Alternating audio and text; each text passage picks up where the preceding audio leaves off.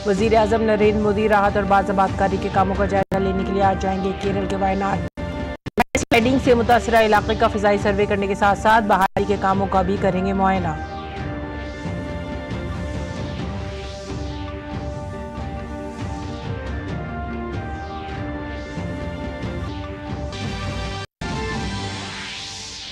हुकूमत के सहकार से समृद्धि विजन के मुताबिक मरकजी वजीर दाखिला अमित शाह आज नई दिल्ली में कोऑपरेटिव शुगर मिलों को राष्ट्रीय दक्षता अवार्ड से नवाजेंगे।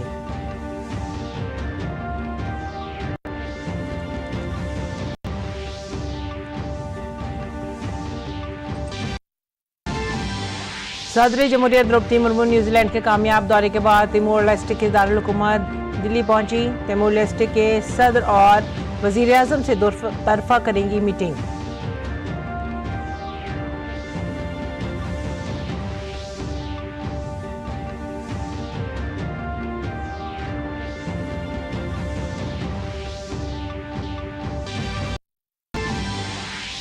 वजीर खारजा डॉक्टर एस जयशंकर मालदीव के दौरे पर आज कई मीटिंगों में मालदीव के सदर मोहम्मद मुइज़्ज़ से करेंगे मुलाकात।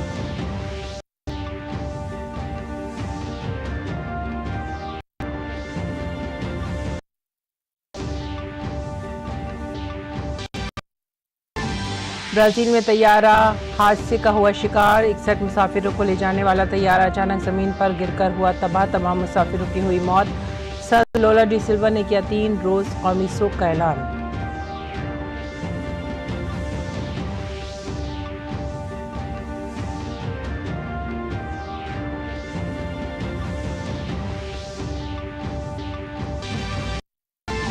खेलों में भारतीय पहलवान अमन सहरावत ने अपने पहले ओलंपिक्स में कांसे का तमगा जीता। भारत ने अब तक 1 चांदी और 5 कांसे समेत 6 तमगे जीते हैं। खातून पहलवान 75 किलोग्राम वजन के जुमरे में उतरेंगे मैदान में।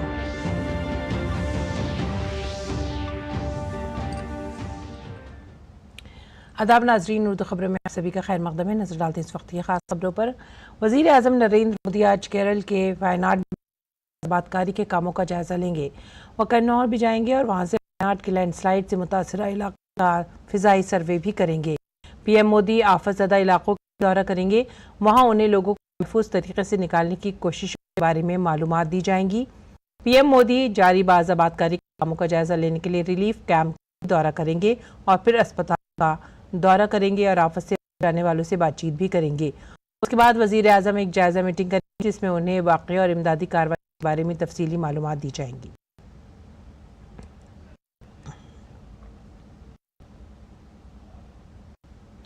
और केरल के वायनाड जिले में मिट्टी के तोदे गिरने से मरने वालों की तादाद 400 से तजावुज कर गई है। राहत और बचाव काम अभी भी जारी हैं। डीडी न्यूज के नुमाइंदे उर्मिलेश भट्ट ने राहत और बचाव की कार्रवाइयों में शामिल एनडीआरएफ के डीजी पीयूष आनंद से बातचीत की। केरल के वायनाड में जुलाई के आखिरी में आई प्राकृतिक आपदा यानी भूस्खलन के बाद अभी तक लगभग 400 से अधिक के लोगों के जो है शव बरामद हो चुके हैं और सैकड़ों लोग अभी भी लापता हैं। हमारे साथ हैं एनडीआरएफ के जो महानिदेशक हैं पीयूष आनंद जी, उन्हीं से बात करते हैं। सर, जब से वायनाड में जो है ये कह सकते हैं कि जो चूरनमाला में जहाँ पे ये बड़ी भूस्खलन हुआ है, सैकड़ों लोगों की मौत हुई है, कई अभी भी लापता हैं, किस तरीके से ग्राउंड जीरो पे एनडीआरएफ ने जो है काम किया है पहले दिन से ही? ये मैं आपके माध्यम से आपके दर्शकों को बताना चाहूँगा कि जून में ही हम लोगों ने, क्योंकि ये मानसून का सीज़न है, करीब 9 एनडीआरएफ की टीमें अलग अलग जगह तैनात कर दी थी केरला में। तो उसमें से एक टीम यहाँ वायनाड में थी। तो जब ये 30 की रात को ये लैंडस्लाइड की घटना हुई तो हमारी पहली टीम बहुत जल्दी यहाँ पे पहुँच गई। सुबह करीब 4:45 बजे वो लोग यहाँ पहुँच गए और जो उन टीम के सदस्य हैं, जो उनके टीम कमांडर हैं, उनसे जब मैंने बात की तो पता चला वाकई ही काफ़ी भयावह स्थिति थी उस समय। उसके बाद से हम लोगों की 3 टीम और यहाँ आ गई हैं। अभी भी यहाँ पर जो है लगातार जो लोग लापता लोग हैं उनको जो है ढूंढने की कोशिश की जा रही है और दूसरी तरफ ये है कि अब जिन लोगों को रेस्क्यू करके तमाम जगहों पे ले जाया है वहाँ पर भी तमाम जो केंद्र या राज्य सरकार की एजेंसियां वो जो है उनको काम कर रही हैं। लेकिन इस पूरे काम को, क्योंकि अब जीवन को जो है पटरी पे लाना कहीं ना कहीं, उसके लिए एनडीआरएफ अब किस तरीके से काम कर रही है? देखिए, एनडीआरएफ का जो रोल है थोड़ा लिमिटेड है। वो हमारा रोल ये है कि हमें अभी भी कोशिश करनी है कि अगर किसी आदमी का हम पता लगा सकें, उसको रेस्क्यू कर सकें और अगर बाई चांस रेस्क्यू करने की स्थिति में नहीं हो तो उसकी डेड बॉडी को रिकवर कर सकें। भी राहत और बचाव काम के साथ साथ तमाम जो जिंदगियां यहाँ पर हैं उन जिंदगियों को अब जो है पटरी पर लाने का काम कर रही है। कैमरामैन संजय जैना के साथ अखिलेश भट्ट, डीडी न्यूज, चूरनमाला, वायनाड।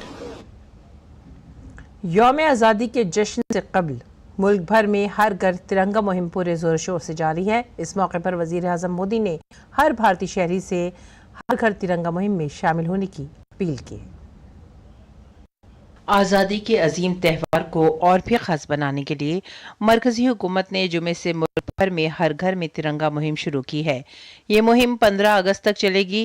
खुद वजीर आज़म नरेंद्र मोदी ने तिरंगा अपने सोशल मीडिया अकाउंट की डीपी में उन्होंने इसे लगाने के लिए अपील की है। पीएम ने लोगों से इस मुहिम में शामिल होने की अपील की। हर घर तिरंगा.com पर सेल्फी अपलोड करने के लिए भी कहा।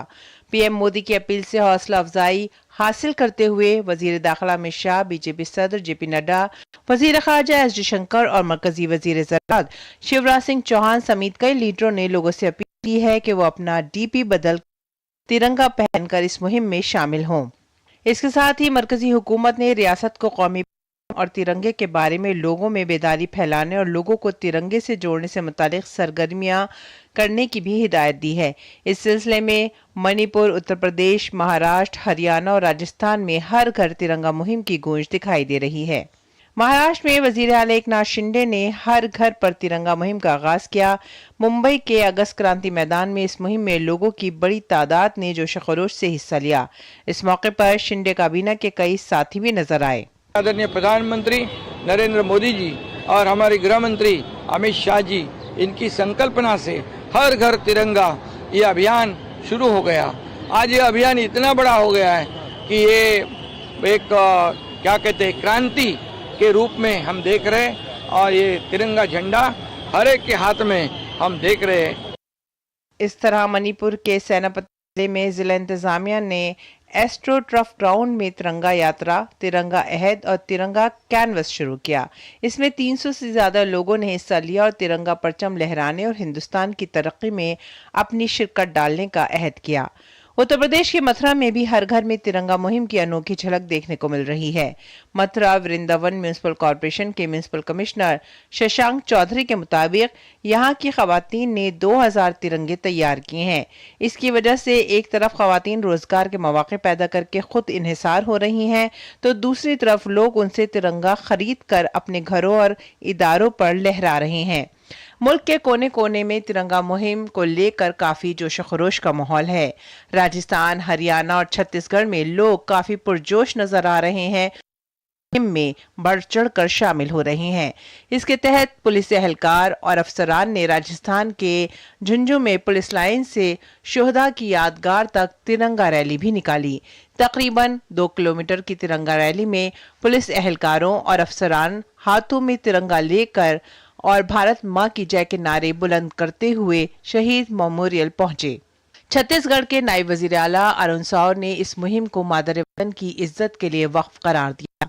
वास्तव में तिरंगा यात्रा देशभक्ति के लिए और झंडे के राष्ट्रीय ध्वज के सम्मान में ये यात्रा है। निश्चित रूप से देश भर में इसको लेकर अच्छा वातावरण। आजादी के अमृत महोत्सव के साथ 2022 में शुरू की गई हर घर तिरंगा मुहिम में 6 करोड़ लोगों ने तिरंगे के साथ अपनी तस्वीर वजारत के साथ शेयर की। वहीं 2023 में 10 करोड़ लोगों ने तिरंगे के साथ अपनी तस्वीरें भेजी। इस बार भी तिरंगे के साथ अपनी तस्वीरें खिंचवाने का माहौल काफी पुरजोश है। आगे बढ़ेंगे अगली खबर की तरफ। उमूर दाखिला और कोऑपरेटिव के मरकजी वजीर अमित शाह आज नई दिल्ली में sugar industry conclave additional efficiency award 2022 तकरीब में बतौर मेहमान खुसूसी शिरकत करेंगे। प्रोग्राम के दौरान अमित शाह इमदाद बाहिमी के 8 शोबों में नेशनल एफिशिएंसी अवार्ड भी तकसीम करेंगे। वो गन्ना और बायो एनर्जी इंडस्ट्री के मौजू पर एक सेमिनार से भी खिताब करेंगे।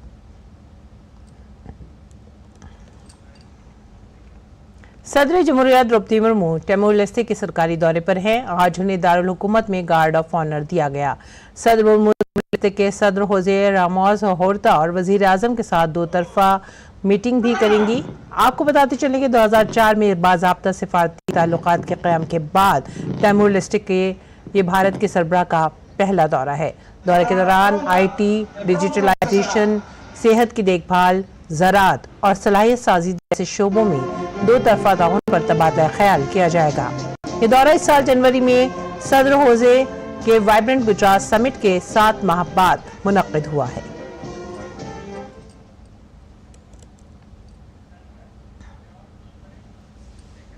और वजीर खारजा एस जयशंकर मालदीव के दौरे पर हैं। इस मौके पर वजीर खारजा डॉक्टर एस जयशंकर और मालदीव के वजीर खारजा मुश्तरका तौर पर 6 कम्युनिटी स्कीमों का इफ्तिताह किया।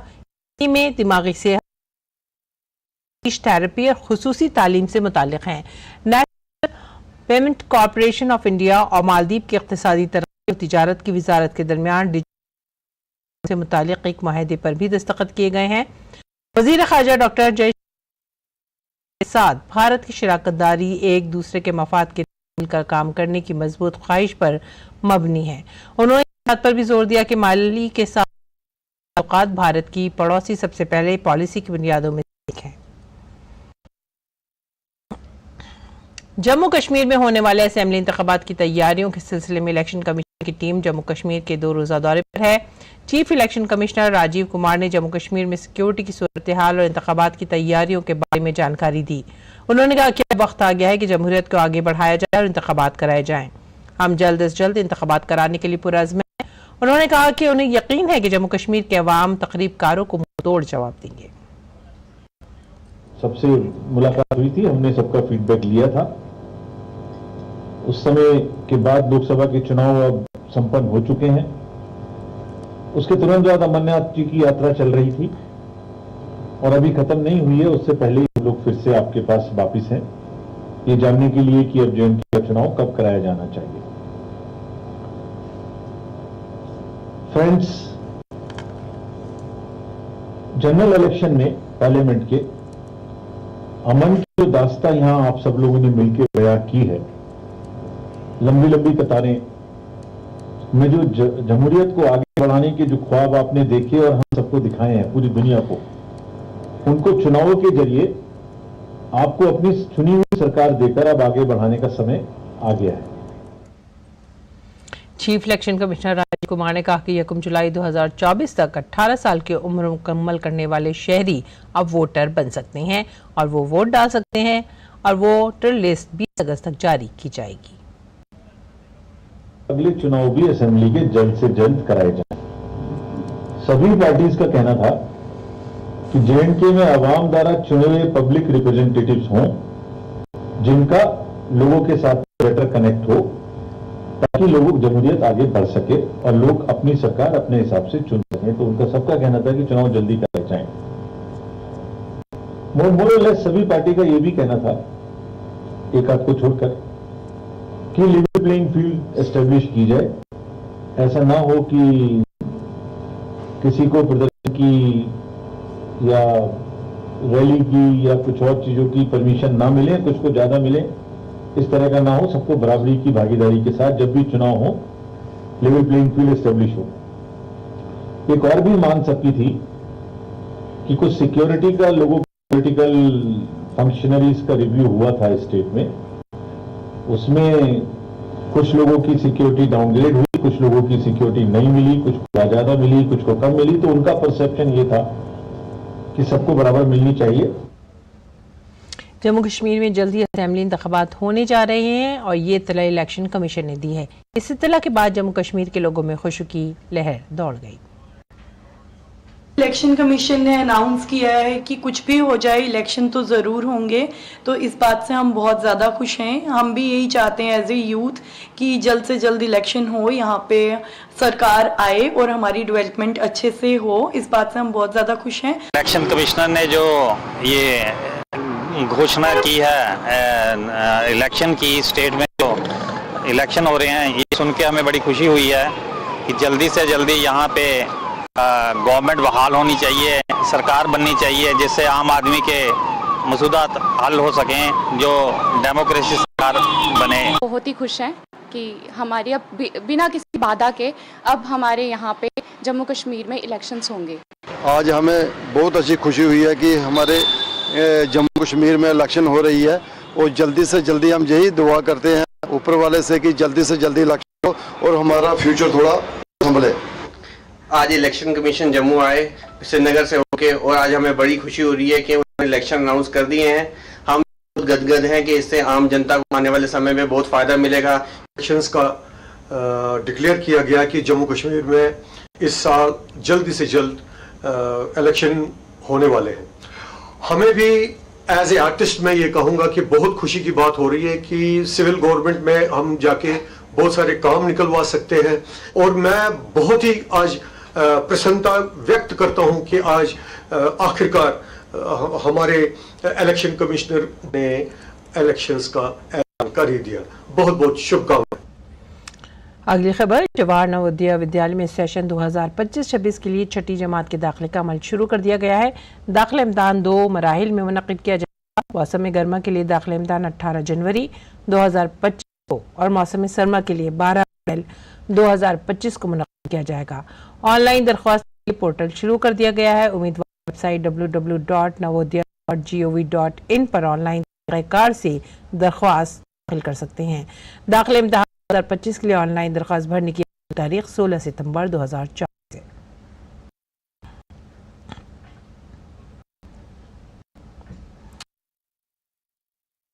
है। बहस का भी खास एहतमाम किया जा रहा है। वज़ारत इत्तलात और नशरियात के पब्लिकेशंस डिवीजन ने मेले में सकाफत विरसे और सियाहत के हवाले से गुफ्तगू का एहतमाम किया। दूसरी तरफ मेले के मुंतज़मीन ने मेले के मौजू यानी हिंदुस्तानी किताबों के आलमी असरात पर एक मुबाहिसे का भी एहतमाम किया। पेश है हमारी नुमाइंदे गिरीश निशाना की खास रिपोर्ट। राजधानी में जारी 28वें दिल्ली में जुमे को इत्तलात की वजारत के पब्लिकेशंस डिवीजन के जरिए मुसन्निफीन पर मुश्तमिल एक मुबाहिसे का एहतमाम किया गया। सकाफत, विरासत और सियाहत के मौजू पर मुनक़िदा मुबाहिसे के दौरान पब्लिकेशंस डिपार्टमेंट की एडिशनल डायरेक्टर जनरल शोभा गुप्ता ने कहा कि भारतीय फन सकाफत के अनमोल विरसे से वाकिफ होकर हम मुल्क के अलग अलग और तरीकों और अकायद को समझ पाते हैं। भारत अनादिकाल से कला और संस्कृति का केंद्र रहा है। देश के विभिन्न भागों में प्रचलित भाषाएं, संगीत व नृत्य शैलियाँ, चित्रकला, वेशभूषा, खान पान, महल, किले, मंदिर, उद्यान इत्यादि सभी भारतीय कला और संस्कृति की अनमोल विरासत है। इस अनूठी विरासत से परिचित होकर हम देश की भिन्न भिन्न प्रथाओं और मान्यताओं को भी समझ पाते हैं और इस कारण से ही संस्कृति और विरासत से पर्यटन का जुड़ाव है। इस बार किताब मेले का मौजू भारतीय किताबों का आलमी असर रखा गया है। मेले में इस मौजू पर एक मुबाहिसे का एहतमाम किया गया। मारूफ मुसन्निफ डॉक्टर उज्ज्वल चुग ने किताबों के आलमी प्रोग्राम की सदारत की। प्रोग्राम के दौरान संजय वशिष्ठ की तहरीर करदा दी अदर मदर का भी इजरा किया गया। इस मौके पर अदब से वाबस्ता कुछ लोगों को एजाज से भी नवाजा गया। गिरीश निशाना की रिपोर्ट, DD न्यूज़ उर्दू खबरें। और अब नजर डालते हैं दिल्ली से शाया होने वाली उर्दू अखबारात पर।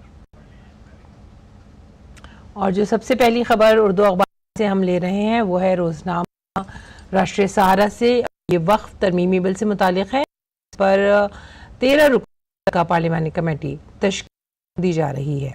आगे बढ़े आपकी तरफ अगले खबर से।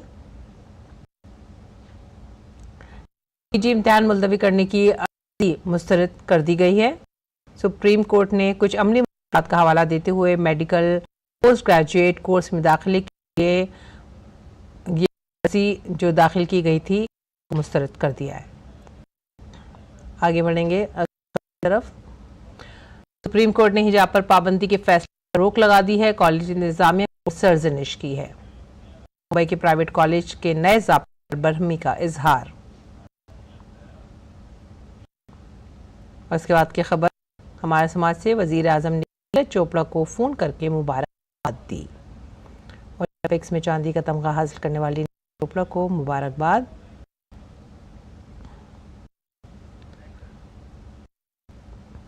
मनीष सिसोदिया सुप्रीम कोर्ट से मशरूत गई है। दिल्ली शराब घोटाले के CBI ED दोनों ही मामलों में मिली है। 17 माह जेल से रिहा हुए। उसके बाद सुर्खी लेंगे। हिंदुस्तान बांग्लादेश पर नजर रखने के लिए कमेटी तश्कील दी जा चुकी है। पड़ोसी मुल्क की सूरत पर पार्लियामेंट में इजहार तशवीश, अक़लियतों के तहफ़्फ़ुज़ के लिए इक़दामात और सरहदों को सील करने का भी मुतालबा। और पार्लियामेंट की कार्रवाई इस मुआयना मुद्दत के लिए मुलतवी है। वक्फ बिल के की गई बीजेपी के मेंबरान को नाम दिया है और राज्यसभा 10 मेंबर की इस कमेटी होने का इम्कान है। वज़ीर आज़म वायनाड का आज दौरा। तो ये थे आज की उर्दू अखबार से मुतालिक।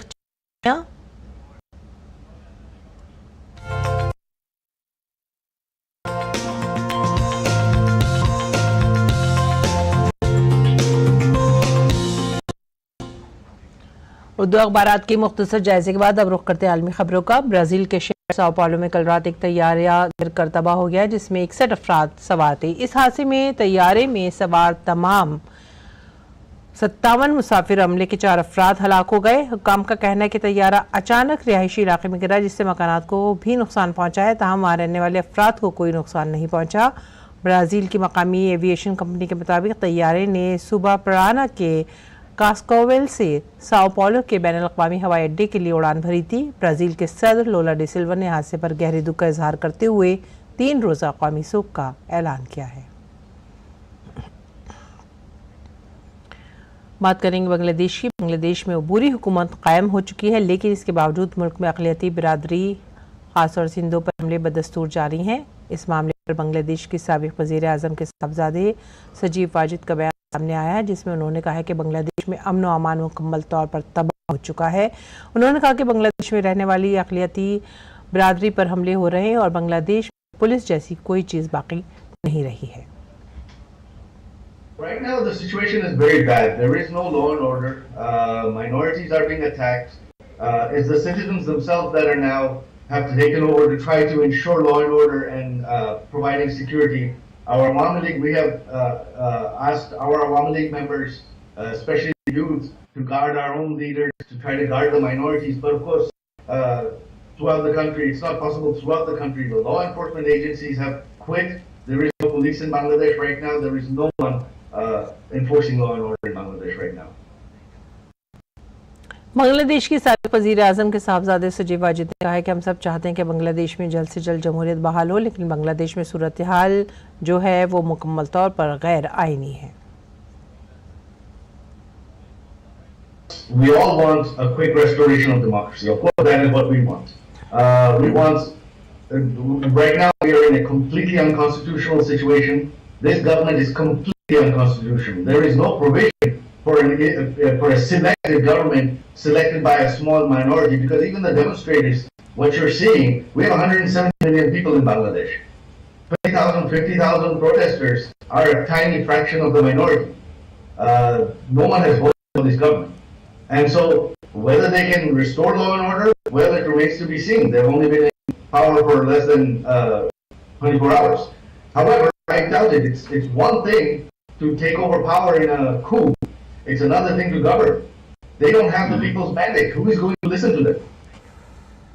और खेल की खबरों में भारतीय पहलवान अमन सहरावत ने मर्दों के 57 किलोग्राम रेसलिंग के ज़ुमरे में कांसे का तमगा जीत लिया। उन्होंने ड्यूरेंट क्रूज को एक तरफा मुकाबले में 5-13 से शिकस्त दी। अमन पहले राउंड में ही 6-3 से आगे थे।